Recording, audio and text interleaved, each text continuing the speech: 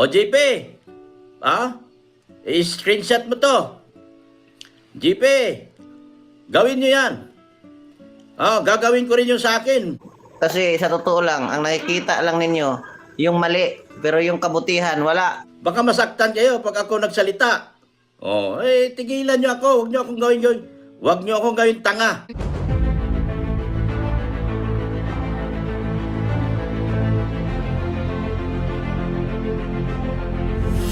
Ayun, si Odot guys, muli po, welcome to my YouTube channel. Ito po si Kuya Julay, ang inyong katugang, ang inyong kalingap na muling babati po sa inyo ng magandang araw, magandang gabi. Sang pandigman po tayo ng mundo naroon. At sa araw nito, panibagong vlog po tayo. Pag-usapan po natin dito, yung patungkol pa rin po kay Dr. Love at saka po kay JP Alevio, mga kabayan po natin. Na kung saan, akala natin tapos na. Yun ho pala ay hindi pa. Mukhang lumalala ho yung sitwasyon po ng dalawa. So ang tanong dito, ano nga kaya ang magiging epekto po nito? Maapektuhan ho ba yung EDSI, mga kabayan po natin? Pag-usapan po natin yan maya-maya ng konti.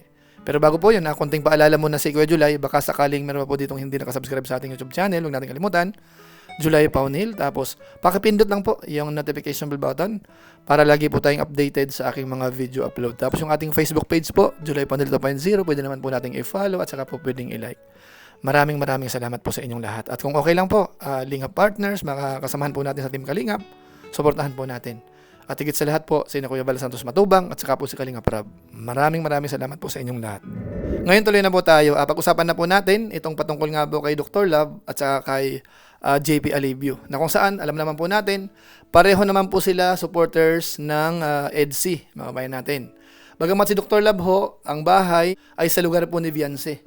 At si JP naman ho, madalas kasama ni Papa Ed sa mga lakad niya at kung saan-saan po sila nakakarating din. So kung titingnan po natin yung dalawa, pareho po malapit sa EDSI. Kaso nga lang ho, hindi na iwasan, may mga usapin mga kabayan po natin. Gaya po nung live natin nung nakaraan, sila po ang diniscuss natin, pinakinggan po natin yung bawat isa dahil nga po doon sa naging issue at niliwanag naman po natin yung patungkol sa hiwalay na raw ang EDSI. So after po noon, akala natin magiging okay na. Kaso nga lang po kagabi, nakikiramdam ako sa dalawa, mukhang hindi pa po. Lumalala pa po mga kabayan po natin. So sa pagkakataon pong ito, alamin natin, hindi pa ho ba talaga tapos at ano ang mga issue naman po sa ngayon. Siguro po, panunuorin po natin yung dalawa, maya-maya ng konti, kahit konting clip siguro mga kabayan po natin, para makarelate po tayo at para makapagbigay tayo ng opinion kung ito ba yung makakaapekto o ano ang maitutulong po nito sa community po ng Team Kalingap at saka po ng EDSI. So dito po sa pakikinig ko po sa dalawa, may mga nalalaman po tayo. Kamukha halimbawa, nung live po natin na nag-trending, ang daming nanonood, nagulat tayo na may nagpipress 1 at saka nagpipress 2. Na kung saan, hindi naman po ako nagpa-press. Ano po? So nahalaman natin nung bandang huli, nung nagtanong tayo, yun po pala ay press 1 kay JP at press 2 naman kay Dr. Love. So nahalaman ko po ito kagabi na may sinasabi si Dr. Love na galing daw po dun sa isang grupo na nagsuggest na mag-press 1 kapag nagsusupport kay JP. So nagulat po tayo mga kabayan po natin So siguro po para mas maganda, kuha po tayo ng konting clips po dito sa latest live po nung dalawa. Mga kabayan po natin. Unahin po natin si Dr. Love po muna. Pero kung ang plano nyo ganyan, ay isigaw nyo sa live nyo na hiwalay na para mas maganda, mas mabuti. Di ba? Para alam ng lahat. Hindi yung gagawa kayo ng hakbang na kayo lang. Lalo na yung mga sponsor na mahilig sa ganyan. Ngayon pa lang, magkaisa tayo. Hindi pwedeng gagawa kayo. Payag ba kayo na ilalakad ko si Viance na kami-kami lang? Doc Love, gamit ako, fake YT. May napasukan ako GC, sinipa agad ako ng admin, andon si GP, kasama mga makaido. Gamitin daw nila bini ni Ids para sa lakad kasama sa ido.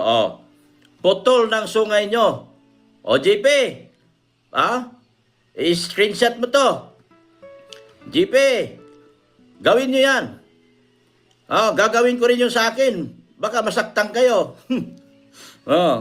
Baka masaktan kayo pag ako nagsalita.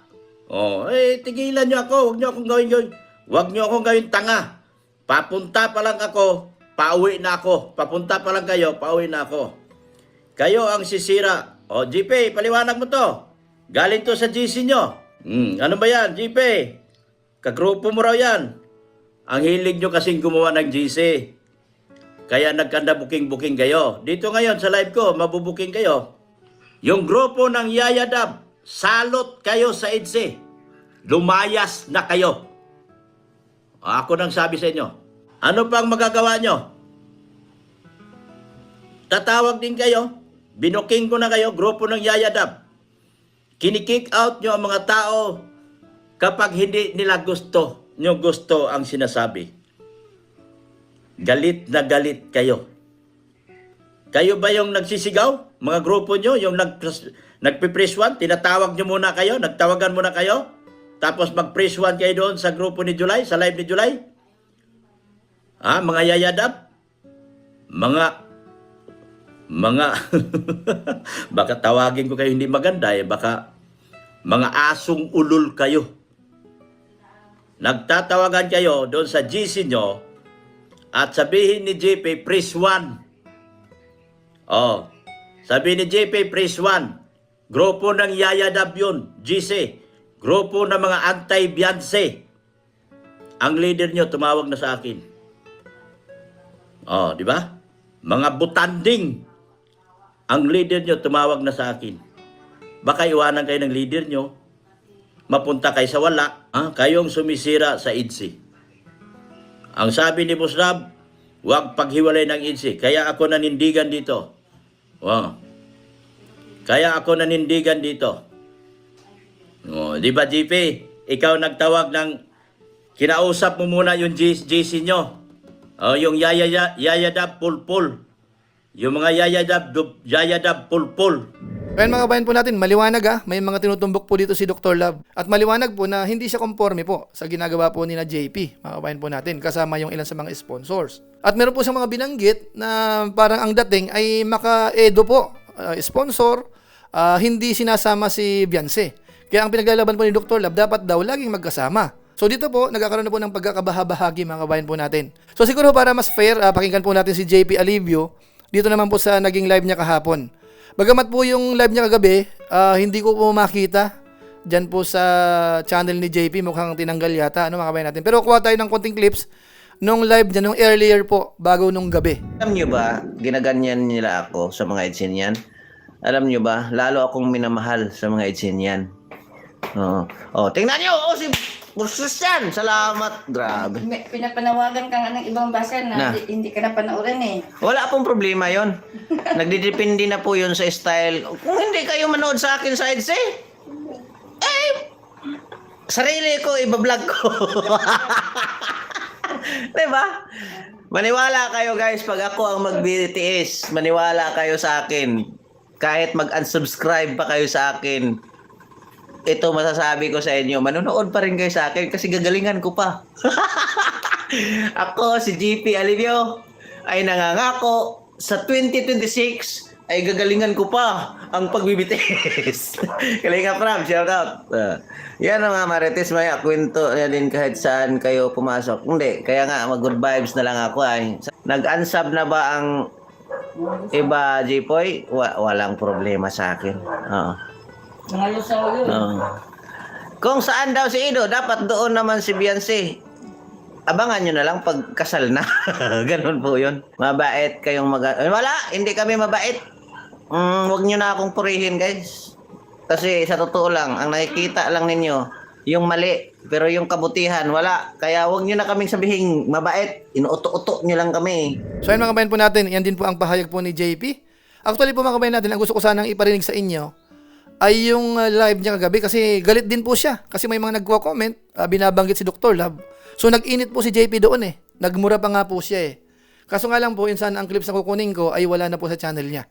So siguro okay lang naman yon kasi kung yun po ang magiging paraan para humupa po yung hidwaan, ay okay na po yun. Kahit hindi ko na po maiparinig po uli sa inyo, dito po sa vlog natin, mga kabayan po natin. So maliwanag po, si Dr. Love at saka si JP Alivio, hindi pa po sila ayos, hindi pa po sila okay, mga kabayan po natin. Kung ang pag-uusap po ay patungkol po sa mga isyong lumalabas, po. So sa atin po, ang assessment natin dito, mga kabayan natin, una, tayo po ay hindi masyadong conforme po dyan, na ang dalawang link-up partners ay nag-aaway-away. Paminsan-minsan may konting argumento, pero hindi dapat umaabot sa sobrang lala. At kung sakasakali mang medyo lumalalim ng konti, mag-adjust po ang bawat isa para maiayos. Lalo po sa case po nung dalawa, pareho po sila nagsusupport sa EDSA. Mga kabayan natin?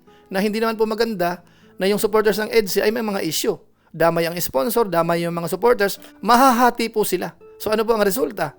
So makaka-apekto po yan, hindi lamang po sa community ng EDSI, pati po sa Team Kalingap, sa vlog po ni Kalingap Rab, mga kabayan po natin. In short, kung tatanungin, mas maganda, ayusin sana kung po pwede, mga kabayan po natin. Kasi po sa part ng mga sponsor, hindi ho maganda na ang bawat isa sa kanila ay magsasalita na rin po ng hindi maganda doon sa ilan sa mga sponsors. Na kung saan ho, isang pagkakataon, nakatulong po sila sa EDSI. Ano po, baka yung iba nakatulong pa po sa mga scouter o kaya naman sa mga vlogger, mga kabayan po natin. Tapos dahil po sa issue, magkakaroon po ng awayan na. So siyempre ho, sa part ng sponsor, maaaring masaktan din po yon at maghahanap po yun ng kakampi rin. So lalo pong lalalayan, mga kabayan po natin. So bakit hindi ayusin na lang? Kung sakasakaling may mga nakikita po tayo ditong problema, nagsasalita ng parang hindi pumapabor sa isa, patawarin na lang po natin para hindi na po sana humaba, mga kabayan natin. Kasi pag lumala po ito, gaya ng sinabi ko kanina, makaka-apekto po yan. Hindi ko na lang po papangalanan yung mga nabanggit pong sponsors na sinasabi na parang maka-eds lang. Ano po? Kumbaga, hindi sinasama si Beyonce. At maaari naman po yung iba naman, maka-Beyonce naman. Lalo na po yung mga nag-iisip po ng hindi maganda, nagdududa kay eds. So ang nangyayari, nagsusupport sila kay Beyonce na lang, mga kabayan po natin. So yan po ay part ng sponsors. Sa mga viewers ho, ganun din. Sigurado po yan, mahahati rin po yan, mga kabayan po natin. So hindi ho maganda talaga. So nakita po natin ang epekto po nito ay matindi.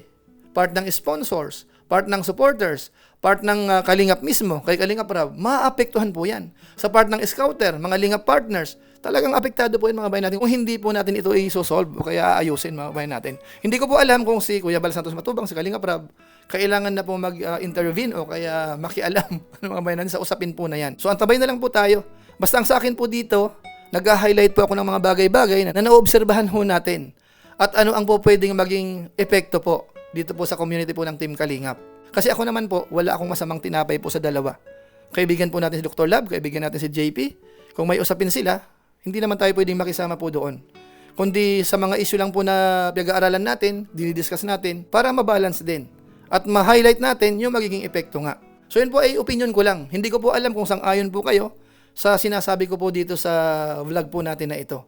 Pero ako po naniniwala na agree kayo na ito ho ay magdudulot ng hindi maganda sa community po ng EDSI at ng Team Kalingap. Bagamat ako po nag-iisip din, ano kaya ang pinakamagandang gawin po sa dalawa na yan? Marapat bang magharap sila? Marapat bang magharap pati si Ed saka si Beyonce para pag-usapan yung mga bagay-bagay? Ano kung kinakailangan para lamang maayos yan? So, abang lang po tayo kung ano bang mga susunod na kabanata po dyan sa sitwasyon po ni JP at saka po ni Dr. Lab dito sa Team Kalingap. So maraming salamat po sa inyo. Yan lang po muna siguro ang ating mixing reaction video po. Patungkol po sa dalawa na sa tingin natin ay hindi pa po talaga tuloy ang nagkakaayos po hanggang ngayon. So maraming salamat po sa inyo. Kung inyo po itong nagustuhan, pwede po nating i-share. So muli, ito po si Kuya July, ang inyong katugang, ang inyong kalingap na pansamantalang nagpapaalam po muna. Kita-kita ulit tayo sa mga susunod ko pang vlog. Maraming salamat sa inyong walang samang pagsuporta po sa ating YouTube channel. Pagpalain nawa kayo ng Diyos, mabait tayong lahat. God bless. Bye-bye.